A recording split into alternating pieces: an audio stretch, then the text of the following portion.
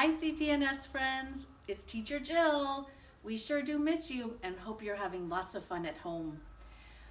So, for my story today, I decided to pick one of my favorites. It's a bedtime story. So, I dressed in my jammies just for you. It's one that my 4-day class knows really well. What? Cried Granny.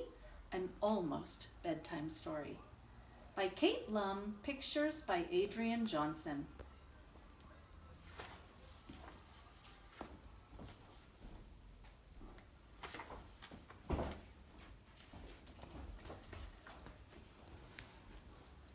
Once upon a time, there was a boy named Patrick who was having his first sleepover at his granny's house. As the sun began to set, Granny said, "Patrick, dear boy, it will be dark soon. Time to get ready for bed." "But, Granny," said Patrick, "I don't have a bed here." "What?" cried Granny. She ran out to her yard where some tall trees were growing, and she chopped one down. Ooh, look at all those plants. She carried it to her workroom, opened her toolbox, and made Patrick a fine bed.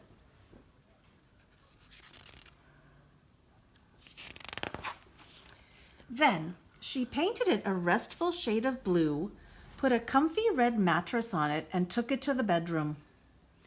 "There you are, dear boy," said Granny. "Now, climb into bed, lay your head on the pillow, and sail off to dreamland." "But, Granny," said Patrick, "I don't have a pillow here." "What?" cried Granny. She ran out to her hen house, woke up the chickens, and collected a big batch of feathers. She took them to her sewing room, where she made a bag out of cloth. Then she stuffed it with the feathers, sewed it up neatly, and gave it to Patrick. "There you are, dear boy," said Granny. "Now, climb into bed, lay your head on the pillow, tuck the blanket under your chin, and I'll kiss you good night." "But, Granny," said Patrick, "I don't have a blanket here." "What?" cried Granny. She ran outside and headed for the hills, where a flock of fat sheep were snoozing. She sheared off some of their wool and ran right back home.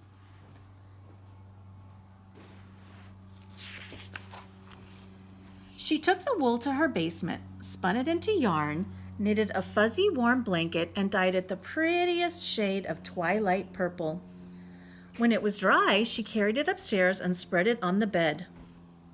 "Now, dear boy," said Granny, "climb into bed, lay your head on the pillow, tuck the blanket under your chin, give your teddy bear a hug, and turn out the light." Oh, look at that. She's getting frustrated. "But, Granny," said Patrick, "I don't have a teddy bear here." "What?" cried Granny. Look at that. The letters are getting bigger. She grabbed her emergency sewing kit, tore down the living room curtains, cut, sewed, stuffed, added button eyes and a red ribbon, and made a teddy bear for Patrick. Look at how big it is. Look at that ladder she had to climb on to sew the ear. Oh boy. "Now, Patrick," cried Granny, "climb into Bed. lay your head on the Pillow. tuck the blanket under your Chin.